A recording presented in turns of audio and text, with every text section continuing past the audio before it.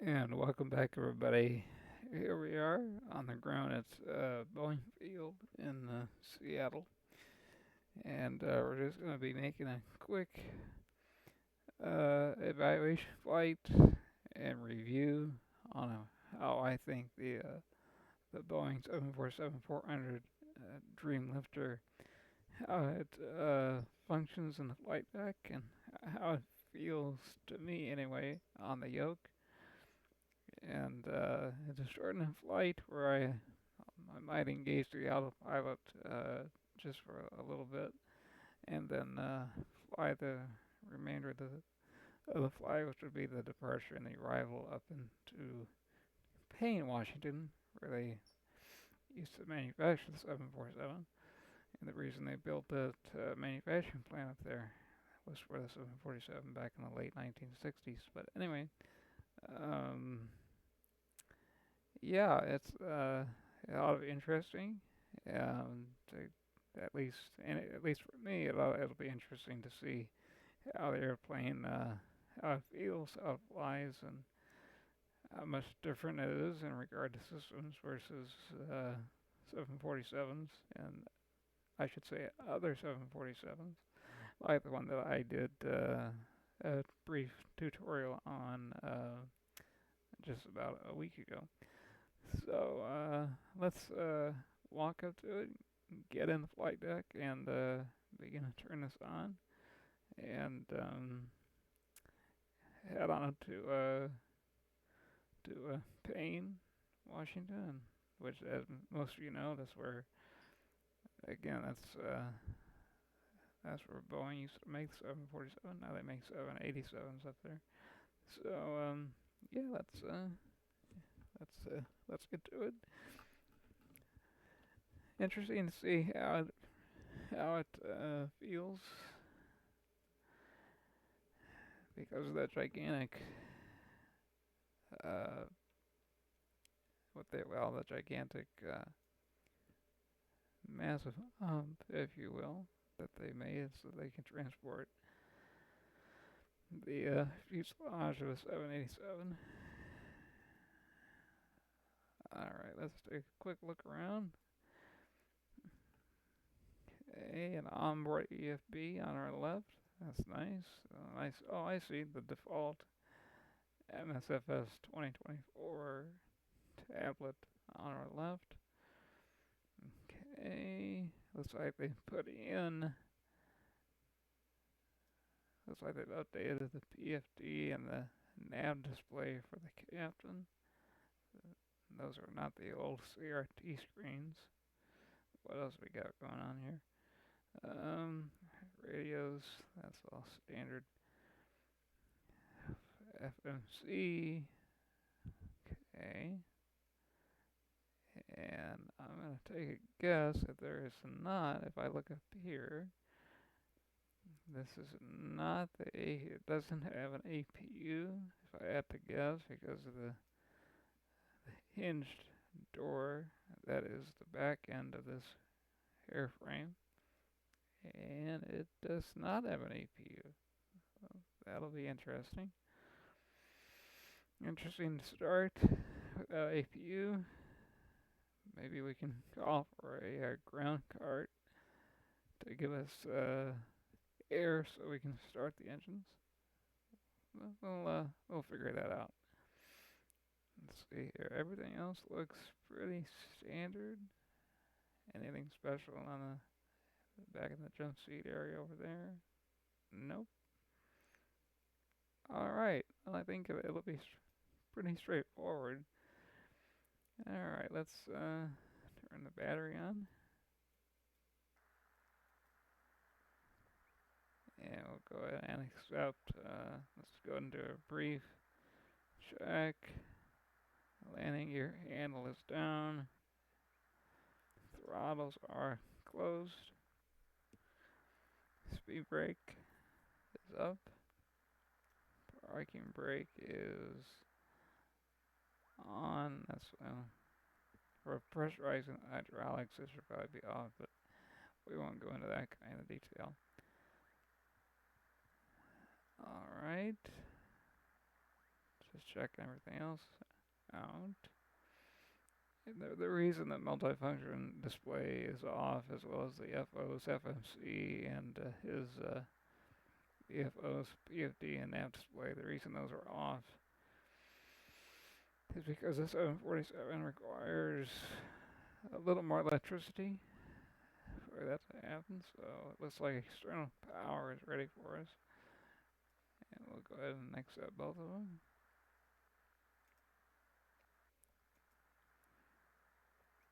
And we'll also tell the IRS as it go into alignment.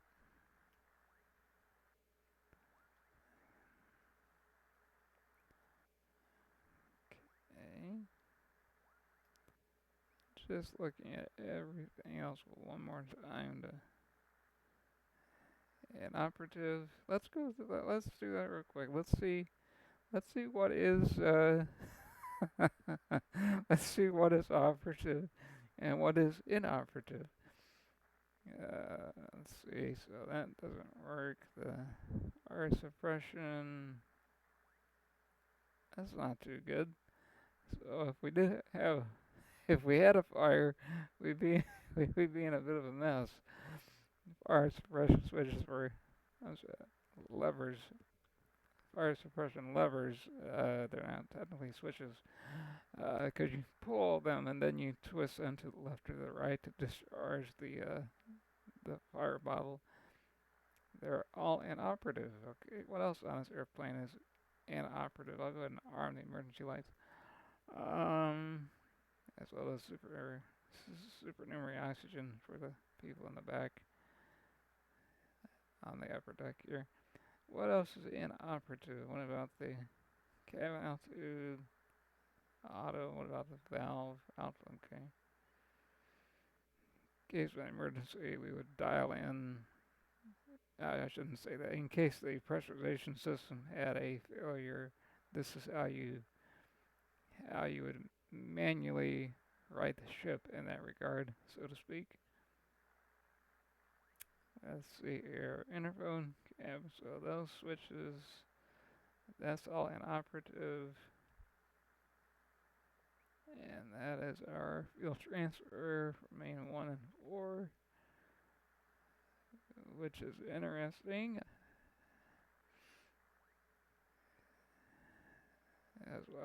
As well as I know the 747-400 and the -8, that switch right there for fuel transfer, that's interesting. Let's just go down the right side. So temperature systems are functioning, but instead of being in degrees, they're in percentages. And you may be thinking, why in the world does he utilize the pop-up to tell him what he's pointing at? I do that for your benefit, just so you can see what I'm pointing at. And I also do it for my benefit from time to time, just to make sure, because sometimes you can't tell if a switch is currently in the on or off position. So in certain aircraft, that just simply comes in handy. Trim air, we can turn that on, because we are going to need that. This is our cover for pack reset. Equipment cooling not available. Okay, that's a good thing to know. Here's our 3 packs, 1, 2, and 3. Or you can say engine bleeds. All right. Yeah, there's no APU bleed buttons because there's no APU. Fuel. Everything looks pretty straightforward there. Hydraulic pumps, 4 of them, currently set to off. Okay, and the lighting. Surround lights are inoperative. Interesting. Overhead lighting is operative, as is that. Anti-ice, does that work? That's a good thing, that works. Window heat, go and turn that on. Those are operative. What about the lights? Beacon. Okay. Let's go ahead and turn on the navigation lights. Go ahead and turn on the beacon lights because we're not going to be sitting around here for long. Shouldn't take long to get the engines up and moving here. We'll see if I can get one to begin to start. Anyway, just making sure that I know what is operative and what is not operative. Let's see, utility power, those are not operative either. Okay, this will be a bit of a journey as to remembering what does work and what doesn't work. Let's see if anything down here doesn't work. Let's start with the built-in EFB. Does it work? Yeah, we can do performance numbers. Let's see what that's all about. Alright, that might come in handy. And let's see what's going on over here on the center pedestal. We'll go and turn the auto brake to reject takeoff mode. 1200 and squawk. Let's just change that to 2200. Even though we're not flying on VATSIM. Weather radar. Fuel switches off to run. The pop-up there says close. That should really read cut off and or run. But we won't. Not going to try and split too many more hairs. I think I know what we're dealing with. Alright, let's not be too harsh about it.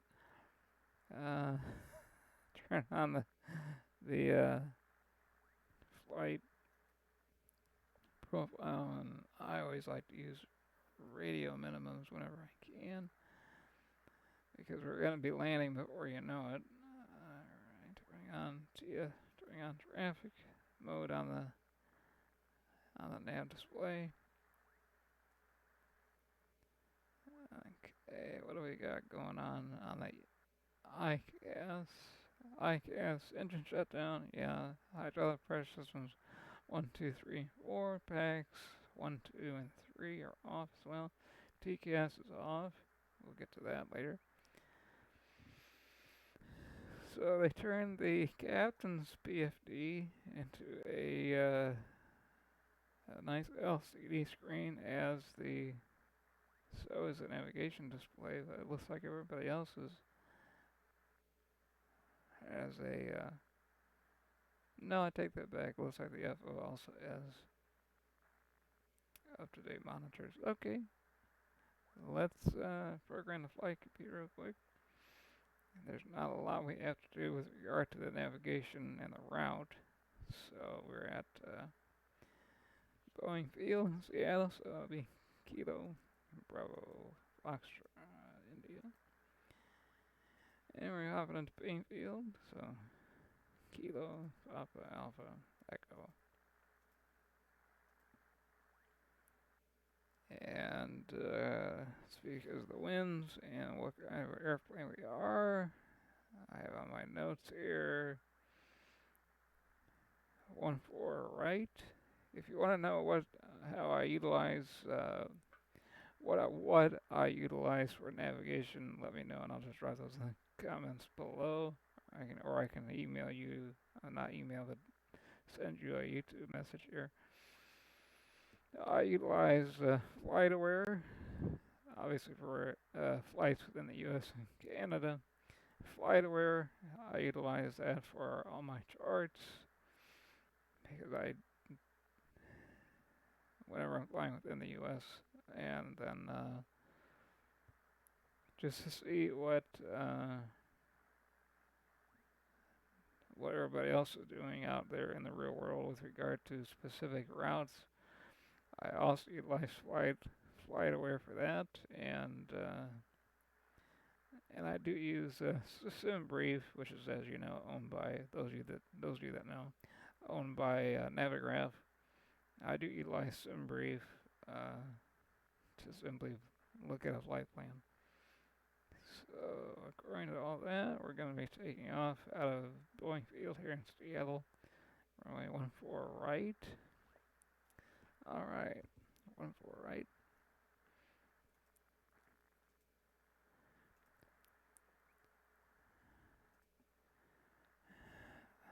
Let's see, looks like the runway is directly, yeah, oh, well, we're lucky.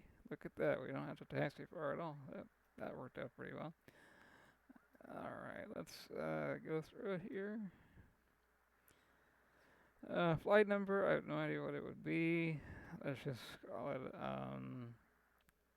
0747, and it's for the 787, so let's just do something like that. So, people that do utilize, I should say people that do file flight plans from BFI to PAE, they do utilize the VOR up there as a navigational point, so we'll go ahead and type in that VOR. And it would obviously be the first selection because we're in the northwest hemisphere. There we go. And we're going to execute that, activate the flight plan, and execute that. Okay, performance initialization. That's ought to be interesting with this kind of an aircraft. 101,000 in the tanks total. Let's see, according to ICAS, we have a gross weight of 640,000 pounds. Alright. Let's see, what is the 539,000 is our zero fuel weight. And we are going to say that the fuel reserves, again, it's such a short flight, we'll just say 40,000. That's enough to get us back to Seattle if we would have to and do all that. And let's find out from ATC very quickly. Let's just get the ATIS real quick so I know what the altimeter is.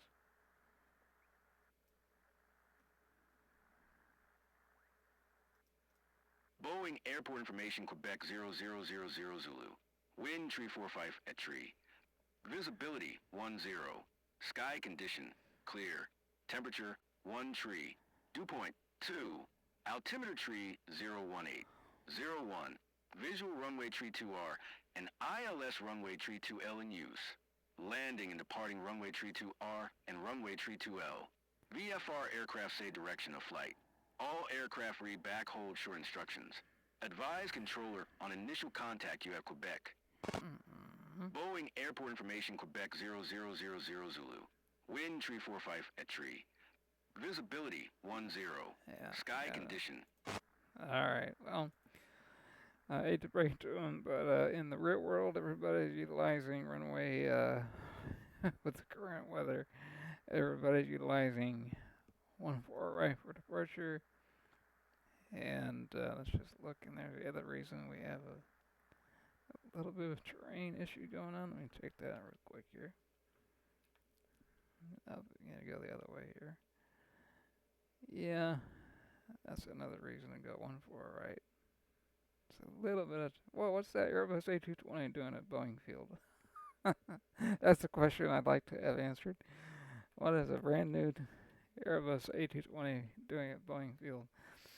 So I think you wouldn't find a Boeing Dreamlifter or something like that over in Toulouse, France. Alright, yeah, there's a little bit of, yeah, we'll just stick with 14 right, so everybody else is doing. Okay, just want to make sure that terrain isn't going to be an issue.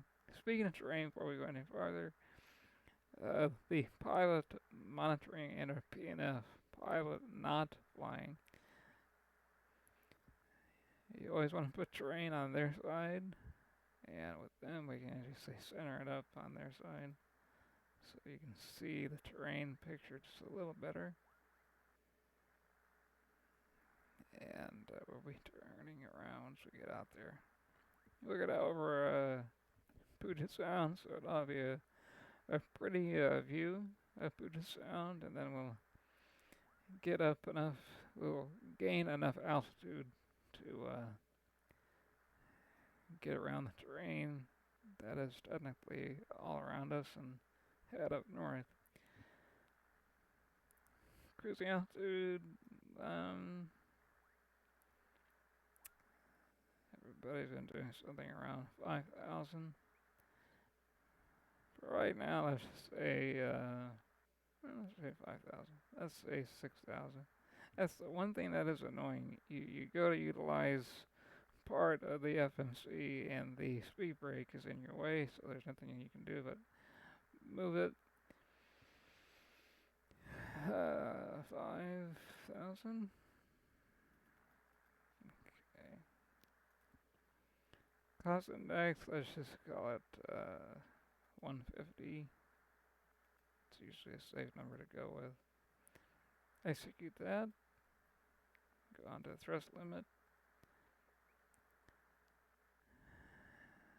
And N1 today is going to be 92.5%. We're still pretty heavy, so we're going to utilize, yeah, that's fine. We do not need to derate any more than that. Flaps are going to be 20, without question. Center of gravity makes our trim is going to need to be 6.5. So we need to move it just a little bit. So we're going to turn on our hydraulic pumps. Another reason we already turned on the beacon. Both beacons, both on the top and the bottom of the fuselage. We should be able to move that trim there just another half of 1 unit. A little more. There we go. Alright, looking good. And let's unplug in the rest of the data before we accept the V-speeds. Reference south, let's see, what is there, temp 13. And anybody remember what the winds are? And I'll just pull it up here on FlightAware real quick. I mean, the winds are so low that meaning their velocity is so low, it's actually considered variable. Let me just type that in real quick. So let's see here, and we'll get moving. And we'll get moving here. Yeah, that's what I thought. Winds are calm. Well, we might as well quickly get the. Let's just get that one more time to see what he says. What the ATA says. Boeing Airport Information Quebec 0000 Zulu. Okay. Wind 345 at 3. Okay. Got it. Alright, 3453.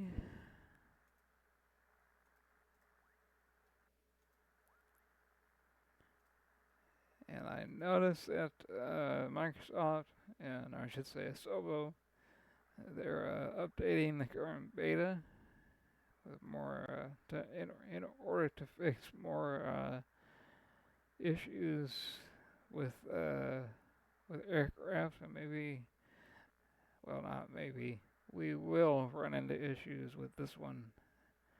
We already have several switches and buttons are,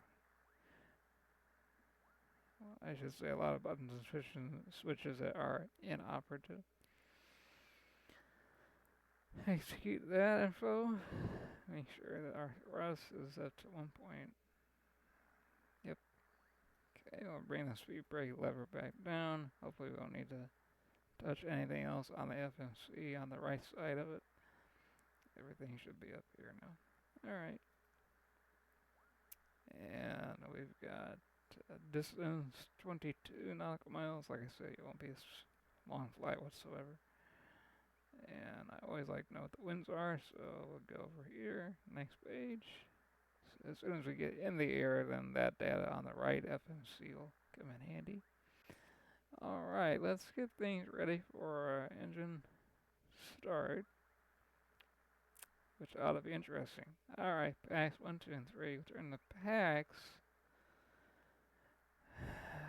We can turn packs 1 on. 2 and 3 we leave off for engine start. Turn the engine bleeds. And this is definitely an older 7.4 to add the bleeds there. Make sure the yaw dampers are in. Yeah, okay. Alright, continuous ignition. Oh, that's nice. Continuous ignition is inoperative. Okay. Huh. So that well. Another line item retract off the list because it doesn't work. Alright. Let's look at the fuel configuration real quick to see if we need to go tank the engine or not. And we don't think we do. Well, there's enough fuel in main 2 and 3. For those of you, I'll zoom in for those of you watching on a phone. See, so we've got 10,000 pounds in both mains 1 and 4. And we have 40,900 in tanks mains 2 and 3. So it does make sense to leave those cross feeds open, and you can see that depicted here on the synoptic. It's that round little round circle next to 1 and next to 4, meaning that the engine number 1 should also feed off of main 2, and engine number 4 will also be feeding off of main 3. Alright, that is that. Everybody else, hydraulics wise, yeah, the domain pumps. Okay, I think I get the picture. Let's see what the ECS, environmental control system, what that looks like. Let's go ahead and dial that down a little bit, if we can. Flight deck temperature, 40% temperatures in percentage. Gotta love it. A little more. 20, 21. Okay, got it. Landing gear, let's see what the pressure is. Oh, it doesn't have, okay, well now that's a big one right there. We're on any 747-400 or the Dash 8, this synoptic is supposed to show you brake temperature, which in a way it is showing you that with the number 0 inside the tires. However, the PSI should be shown outside of each one, and we do not have a PSI reading, so that is an error that needs to get fixed. Look at doors here. That's all good, and obviously the one door labeled swing tail, because that's where it opens. And let's look at our staff page status here. Flight controls, we'll be back to that in just a moment after we get the engines up and running. Yeah.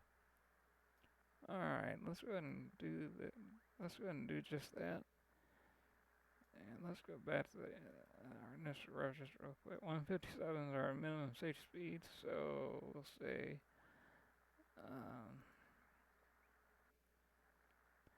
157. And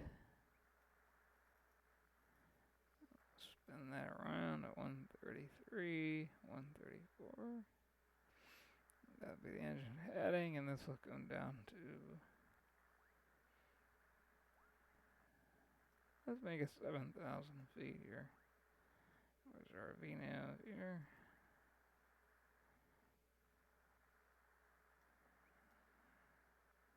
7,000 feet.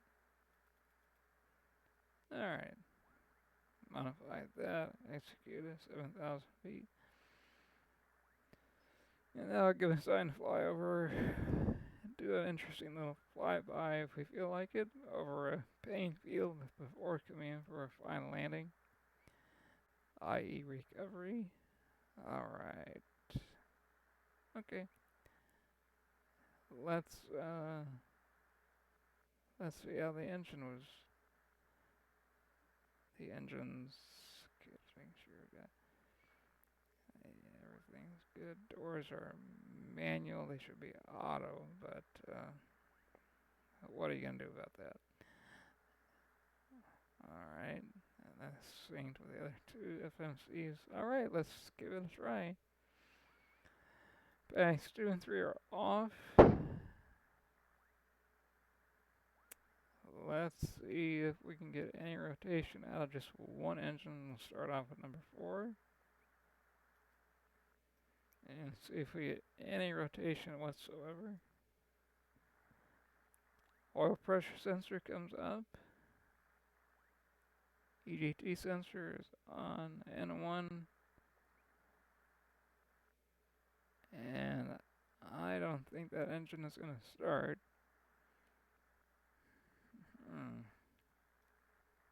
Okay. Yeah, there's no rotation of any kind.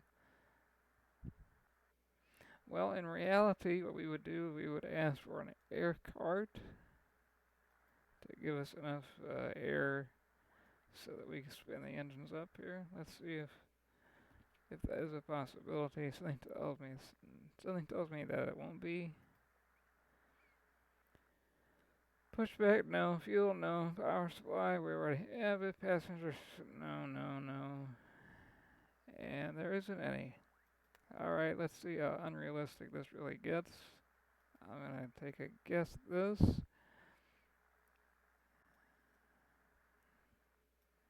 see here. We're going to do the old-fashioned Control plus E and see how it works. And magically, they're all 4 coming to life at the same time. Alright. Not realistic in the least, but working with what we have. Definitely needs to be fixed in a big way. Looks like our hydraulic brake pressure just pressurized. Almost 3,400% PSI. And 1 looking good. And 2 looking good.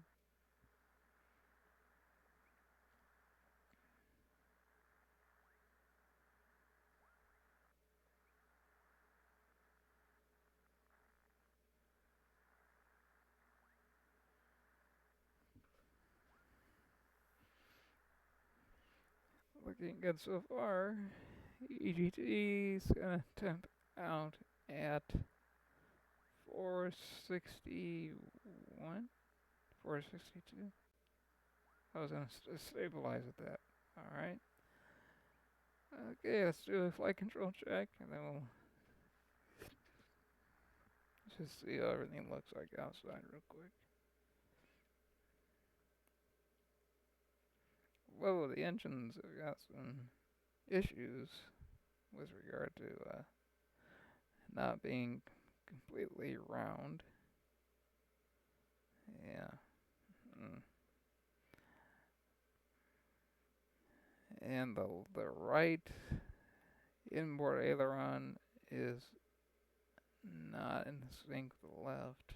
That is bizarre. Yeah, definitely needs to have a lot of work done on it. And the paint on the engine cells and on the tail, paint needs to be, yeah. In other words, it needs a lot of work. Okay. Back inside. Alright, let's turn on the light that we need for takeoff. Let's go left to right. I see all landing lights go on. Let me turn off lights. Taxi lights are on. Strobes. And the wing light just for good measure. Making sure everything else. Let's make sure the generators driven by the engines are turn off light directors as well. Light directors and the auto throttle.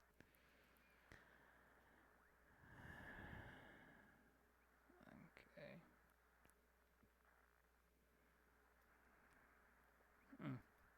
It's difficult to look at things when you know things aren't working right. And, or I should say, inoperative, which would mean not working right. So, alright. Let's. We obviously have to disconnect the external power. So, hopefully, hydraulics and the electrical system is powered by the ground power. I would hope. Everybody's on.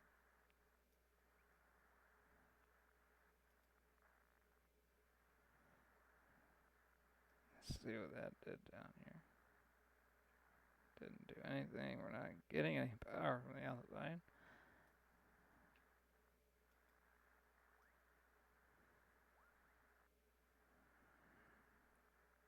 Alright. Let's do flight controls. Okay, all the way left. Good. All the way to the right. Good. Put back on my yoke. All the way to the all the way, both elevators all the way up. Both elevators all the way down. That's really decent. Rudder. Both rudders to the left. And now all the way to the right. Good. Alright. We are good to go. Everybody else is good to go. Just leave it on the engine. That's fine. And yeah, there should be an ident button on the top of that switch there. And there isn't.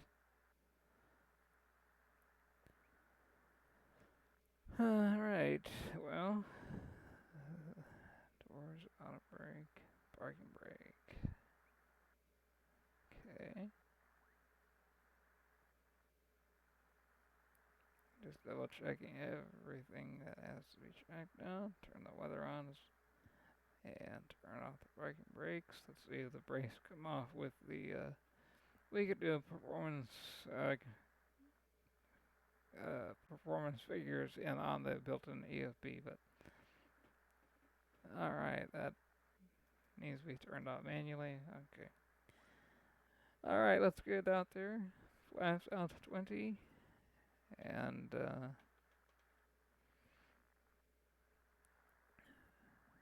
very quickly, let's just see what happens to that right inboard aileron there. Is it gonna do what it's supposed to do or not? Let's see what happens if I. So the flight controls are. So that inboard aileron is inverted. If I go right, it goes down. That is not how it's supposed to work. Not impressed so far. That's a shame. That's a big one. All right, flaps are 20, and parking brake is off. Let's roll.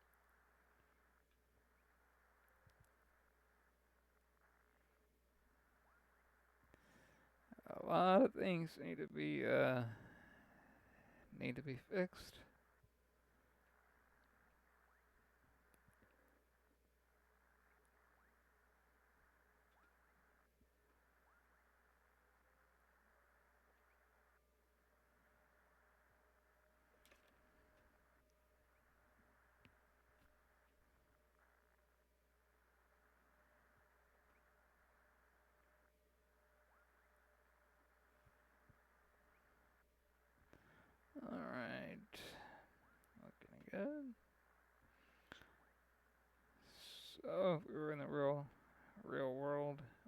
saying something along the lines Boeing Field, traffic, Boeing 74 Dreamlifter, departing runway 14 right, outbound north departure, Boeing Field traffic. Alright, see it lined up on the runway here.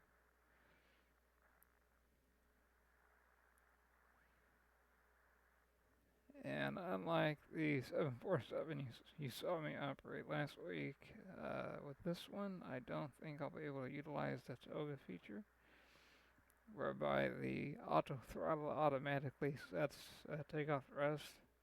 This will be manually done. Let's see if I'm right about that.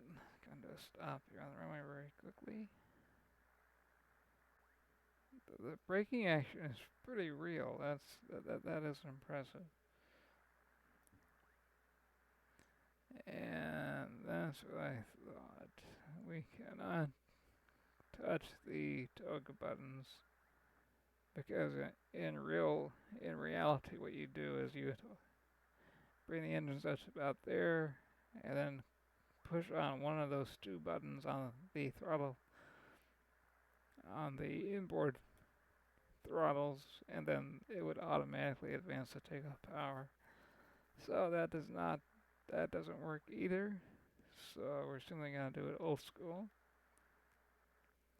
Nothing we can do about that. Alright. Let's make sure we get this synced up. 132.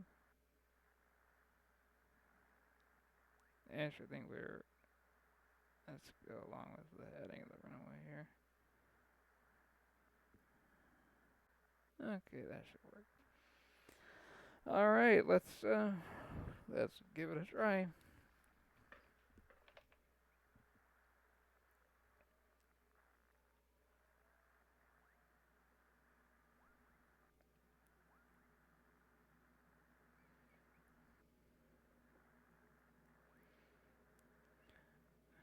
The rudder has a lot of play in it. That's interesting. V1. And there's rotate right there. Landing gear malfunction. Really? I would like to know why. Tire malfunction. Oh, how wonderful is that? Okay, positive rate. Gear up. Landing gear malfunction again. What's going on? Oh, parking brake. Okay. We'll look at the landing gear page here as soon as we get on our way. Let's see what she looks like outside. Get the flaps going up here. Flaps 5. And tell it to go to 200. Let's keep it nice and slow for now.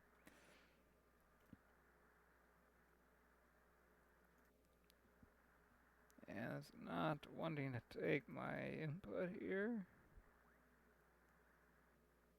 at all.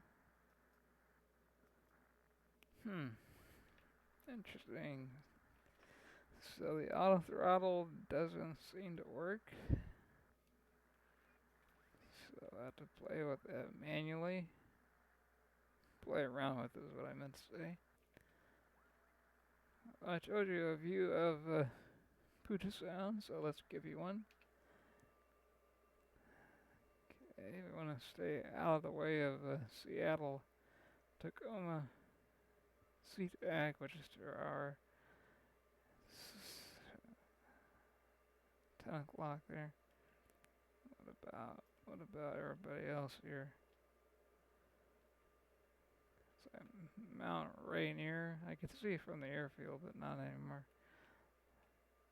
Alright, let's go to Payne Field, where we will be landing on runway 3. I copied it down here. 34. 34 left. Alright. Well, the aircraft definitely has issues. There's no doubt about that.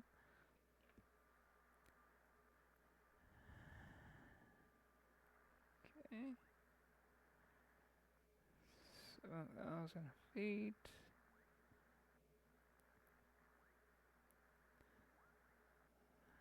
See here, bring the flaps up to 1. Handles, handles like a heavy handle.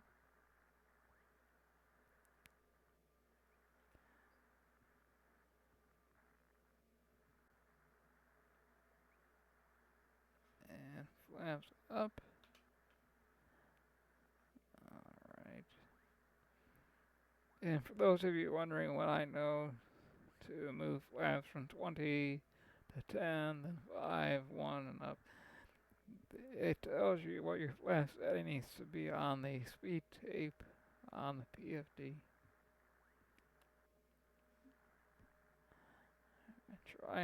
Trying really, really hard not to complain here. Really trying. Let's look out the left window here. That's a beautiful view. Very, very nice. Very nice. Here comes 7,000 feet.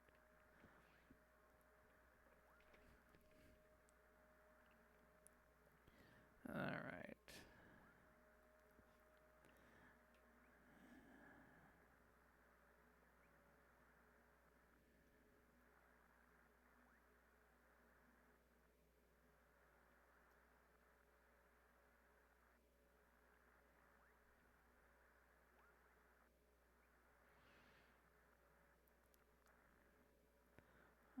Alright.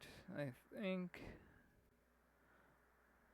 we're gonna stay there. Alright. Go ahead and level it off. That's good. To go to, let's see here, minus 800, that's the opposite of what we have going on here.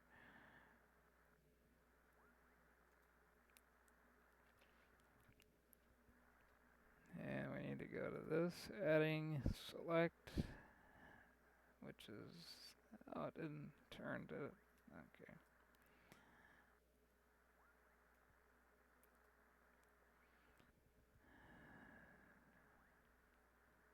So now I see what they did.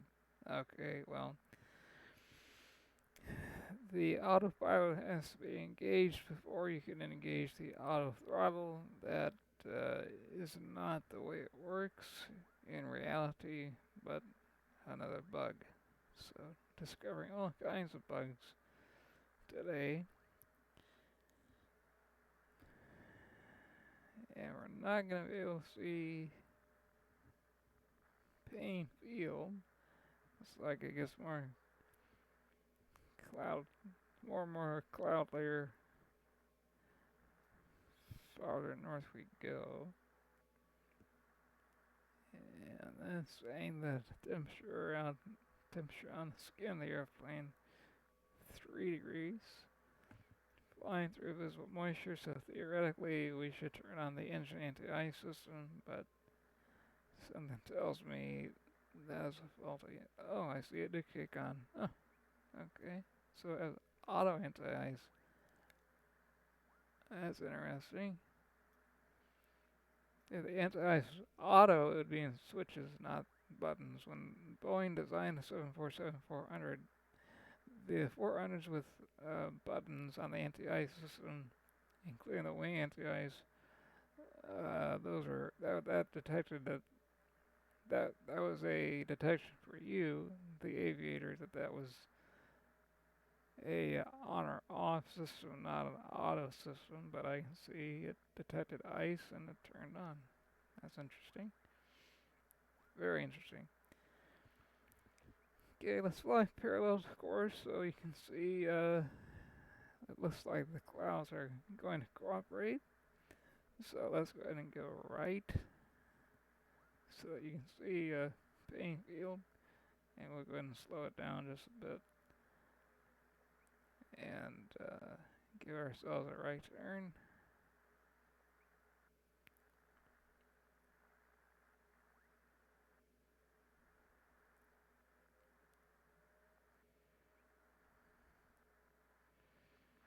Let's go out a little more, and like I said, let's just go ahead and get down to 5,000 feet.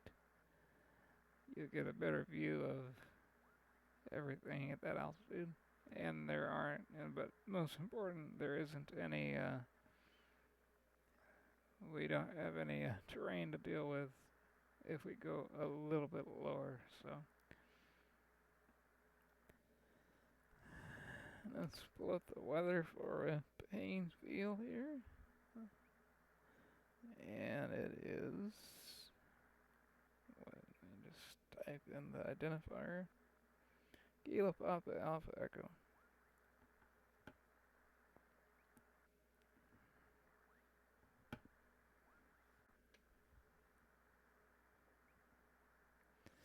Uh, 12 centigrade. And the pressure 3018.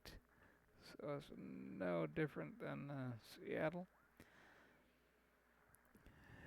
I can see it in the distance. 10 nautical miles to hour 11 o'clock.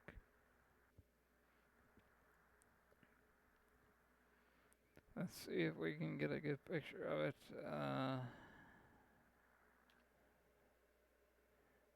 Yeah, something is drastically wrong with the paint job. I bet if I zoom in, that number 3 engine's gonna turn blue, which it did, but it's not a round figure. And now it's round, but the paint's gone, and the paint comes back. Yeah, the airplane has got some issues. Alright, and look at that right inboard aileron. That's, yeah, that's got some issues. Alright, there's the field. Beautiful view, though. Cannot deny that. Cannot deny that one bit. Beautiful view.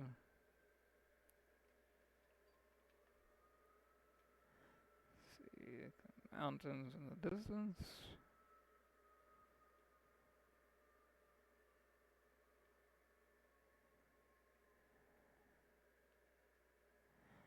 Alright.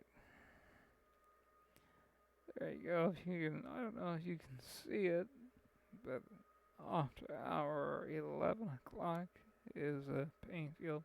We're going to go ahead and drop down to 3,000 feet. And we'll begin to line up parallel here in just a moment. Let's go make it 2,500. Slow to 190.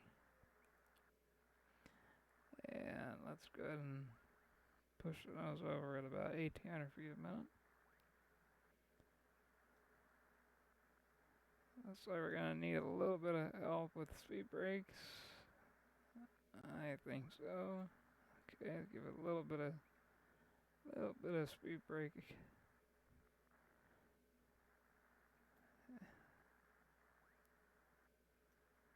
Auto brakes. Let's go ahead and do 3. That's usually the standard. Okay, I just know the parking brake is gonna come back on when I lower the gear. Let's see if we can see the airport. There it is. There it is. Okay.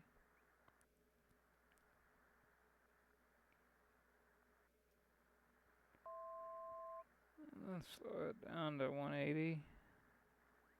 Let's look at what our VREFs are going to be. We'll do flaps 30, and that's going to give us flaps 146, so it'll be VREF plus 5, so approach speed is going to be 151. And the airplane sped up all of a sudden. 2,500. That is not real in the least. So see, and the other thing is the speed brake shouldn't go beyond the flight detent, and it does. That tells me that's why we were overspeeding. Because technically, this position right about there is as far as it should go when you're in the air. It does not come all the way open like that. So another big bug.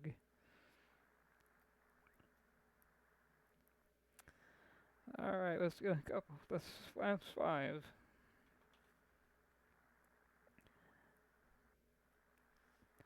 Flaps 10. Come to think of it, and we'll slowly keep an eye on where we are in relation to the airport. Let's go left just a little bit.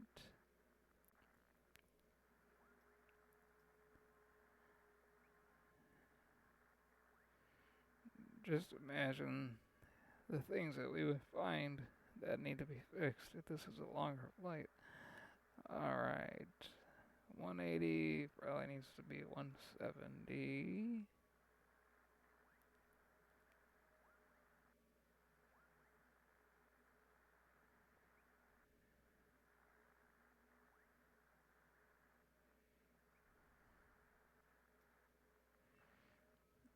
Let's see, let's look out there. Pretty good. I'm going to take a wild guess and say that the the buffer zone on the speed tape is going to spike the moment we go into the turn to line up for final. So we're going to do flaps 20 to preclude that from happening. And we're going to go. I'm picking up an outer marker. I haven't heard an outer marker in a long, long time. That's kind of funny. Alright. Let's go ahead and get lined up with the field here. Let's drop another 500 feet.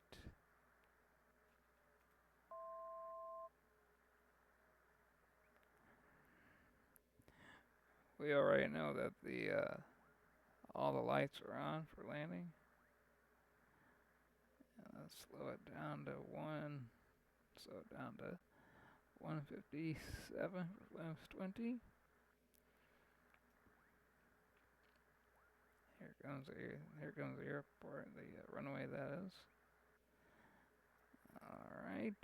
And again, if Microsoft, they had the issue fixed with the Tobii Eye Tracker 5, I would definitely be using it, but they don't. So my apologies for any abrupt camera, in-flight deck camera head movements. Trying to do everything with the, I knew that would happen in the turn. This is stall warning. Okay, bump it up to 165. Or is it gonna do what it's supposed to do and drop back down again?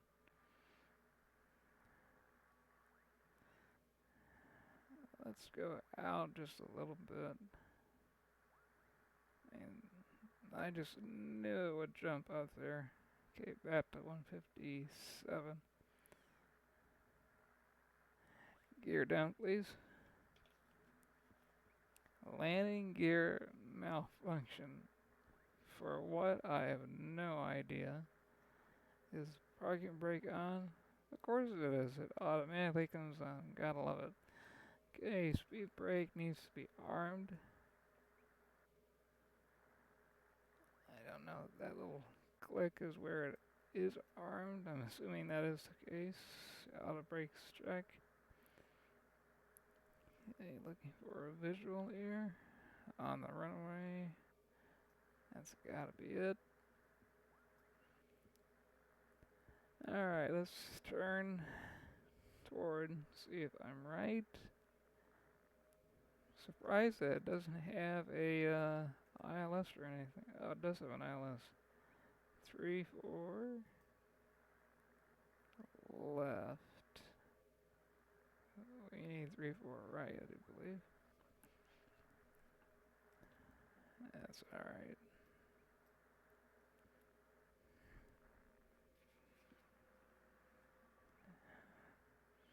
RNAT is 3-4 left. XU then.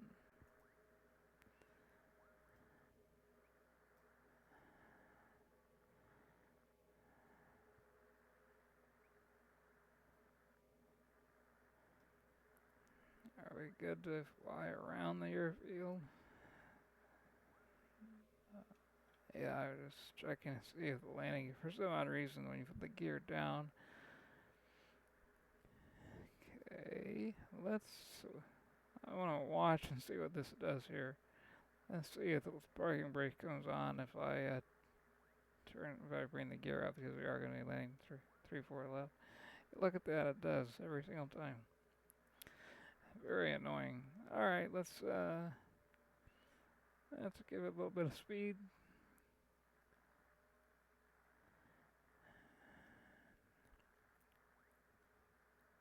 Let's wanted to see what how this thing would handle at a lower speed, at a lower altitude. Alright, let's go. Should be able to see it very, very clearly off to our left. Yeah, then we'll shoot the RNAV here. Still check what we need to be doing here.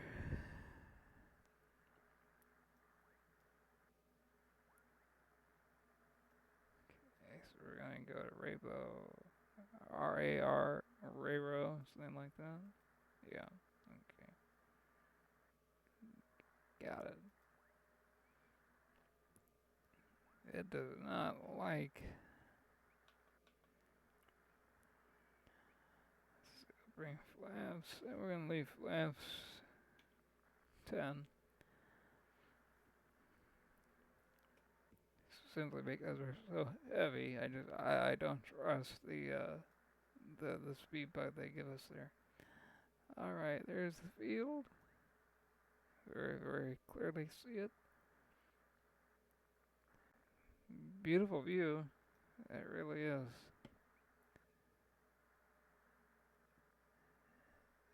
If you all like it, I'd like for you to vote to see if this would be a good place to test out other aircraft, such as the Grumman Albatross. Be a perfect amphibious aircraft to test out in this area of the world. Let's see here. Alright. Okay, let's zoom in just a little bit. Alright, let's go left now.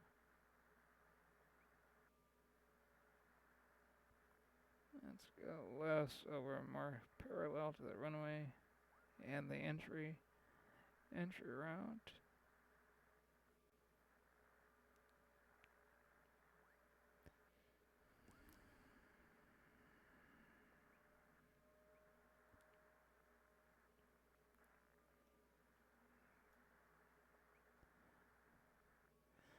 Also watching the buffer section on the speed tape every time we go into a turn. Just want to make sure it doesn't jump up at us.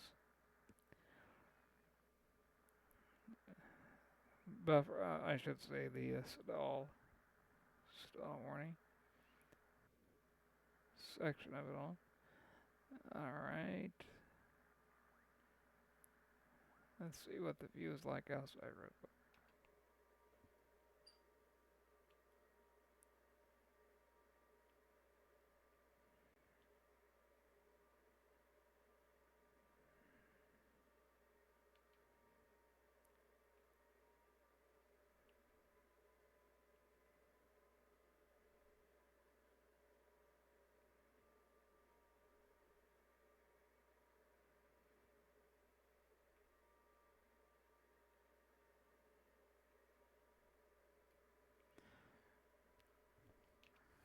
pretty nice out there.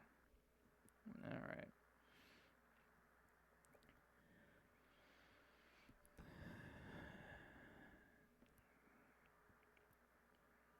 Alright, just a few more miles and then we'll activate LNAV and go direct to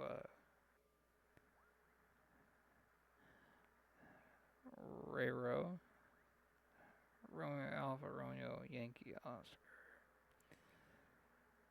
Alright, it doesn't want us going direct to that one anymore. He just disappeared on the lakes page. Double check to make sure our approach speed hasn't changed. It has not.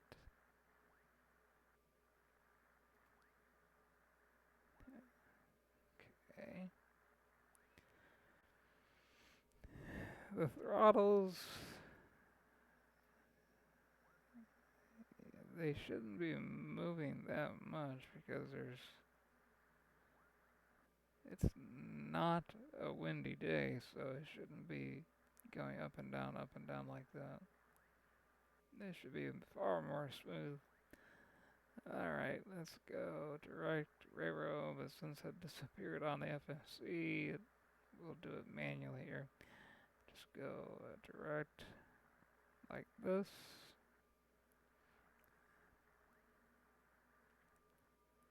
And then we'll execute the approach.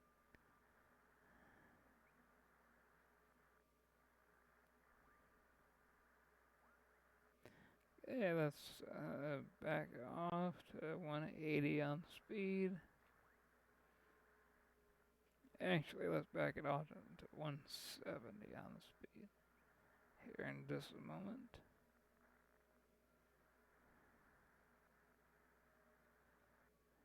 Good. Flaps 20, please.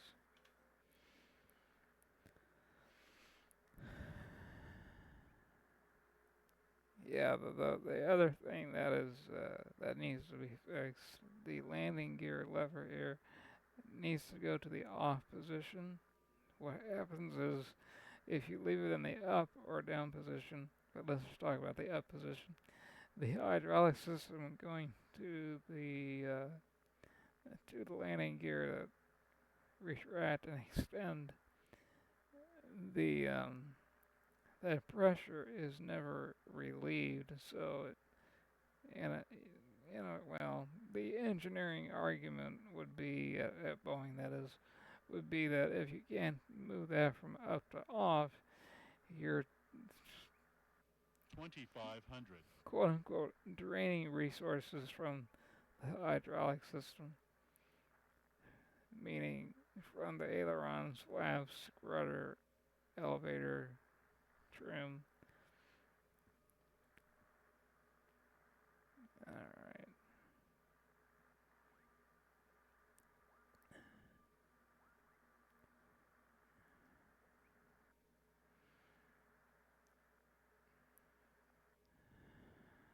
Getting close. Should be able to fly the RNAV here. Let's go ahead and back as soon as we come out of the turn due to the weight.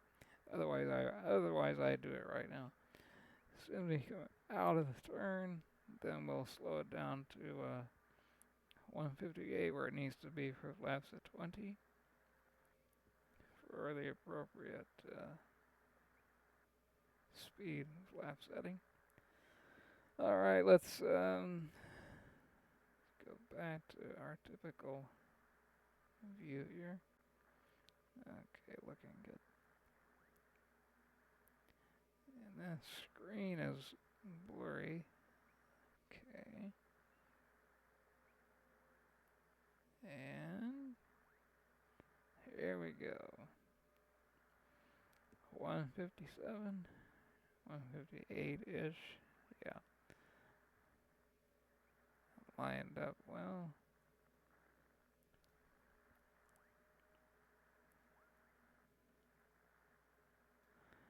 And we're not descending yet.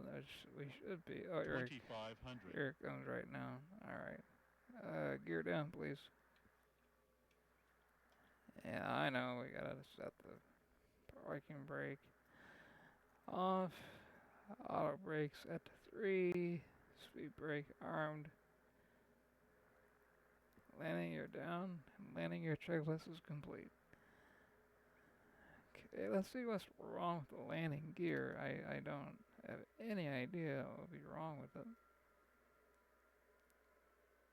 Real quick, see if we can see anything. Oh, I see. Oh boy, that's gonna be a problem. How in the world did that even happen? Wow. That is bizarre. Very bizarre. Wow. Well, this landing ought to be very interesting, to say the least.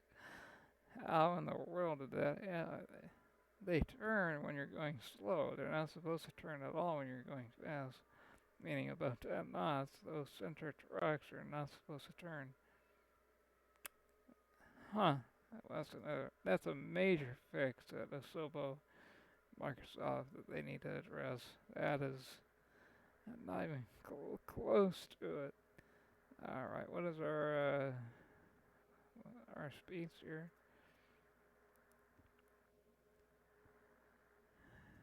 Speeds are set this for in case we gotta go missed.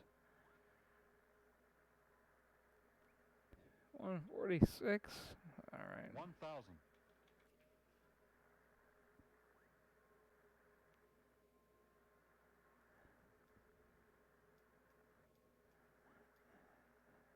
As soon as flaps at 30, then we'll slow it down. I should say, as soon as flaps are 30, then I'll say, okay, landing checklist is complete. My apologies for that slip up. And I'm definitely taking over control because it does not know what it's doing. That's very obvious. 500. 400.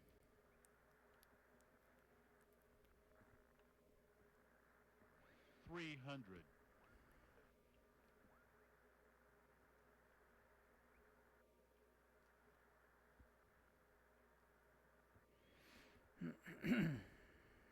300. There's 200. minimums landing.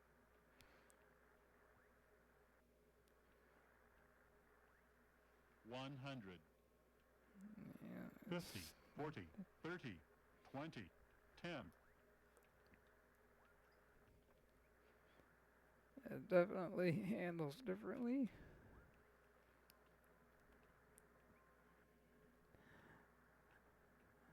Why the airplane did what it just did there, I have no idea, to be honest with you.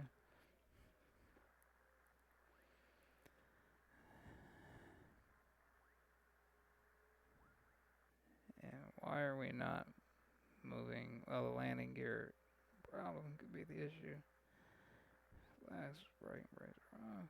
No auto brakes. Yeah, that was supposed to be manual braking all the way after touchdown. Well, let's see if we can move it all.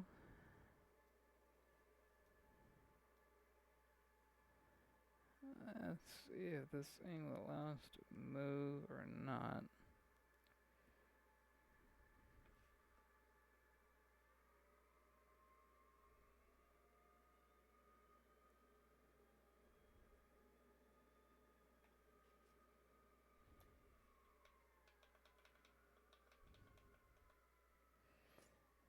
Well, we identified another bug, a very big bug.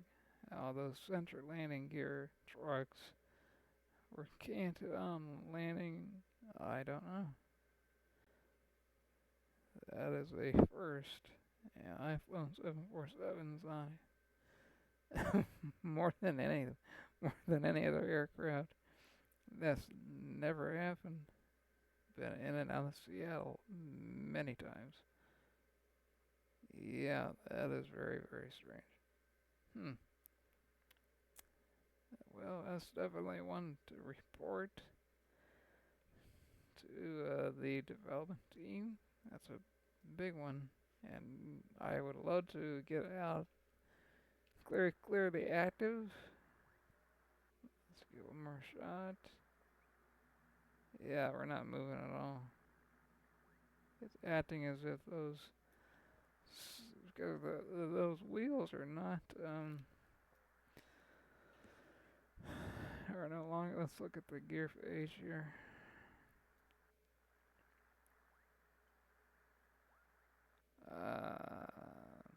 Hmm.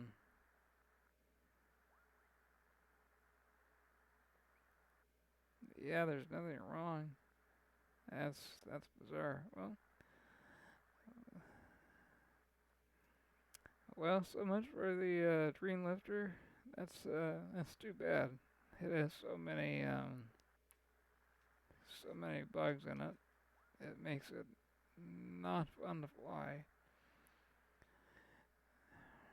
Huh. Very strange. Very strange.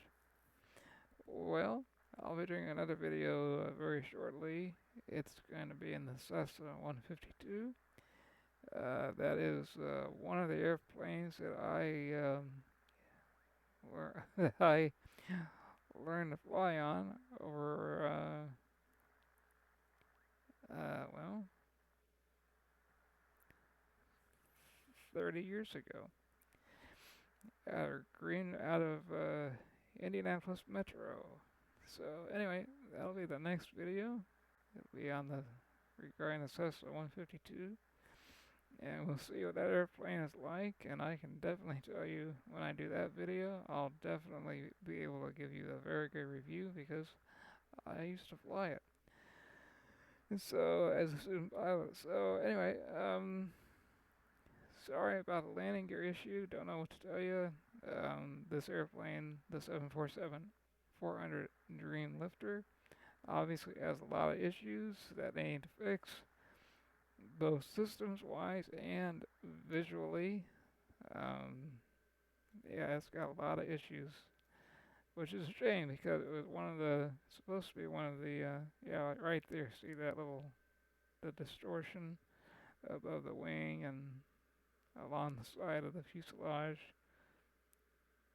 It's almost as if, yeah, it's like a reflection coming off of the two engines on the right, engines 3 and 4. Very strange. Very strange. Alright, well, with all that said, there's nothing more I can do. But anyway, thank you for coming along for the ride and repositioning the Dreamlifter so we can take a 787 fuselage and or wings over to Charleston or wherever it needs to go, down to Japan, I think, is the other one, other location. So, yeah, thank you for coming along. And again, my apologies for the landing gear malfunction, but I have no idea what caused it. I have a theory, but I'll leave that to everybody else to speculate. I might mention what my theory is in the next video. So, have a wonderful rest of the day and or weekend if that's when you watch this. And again, you'll see everything that I've pointed out that needs to be fixed. And we'll see you again very soon. And as always, fly safe.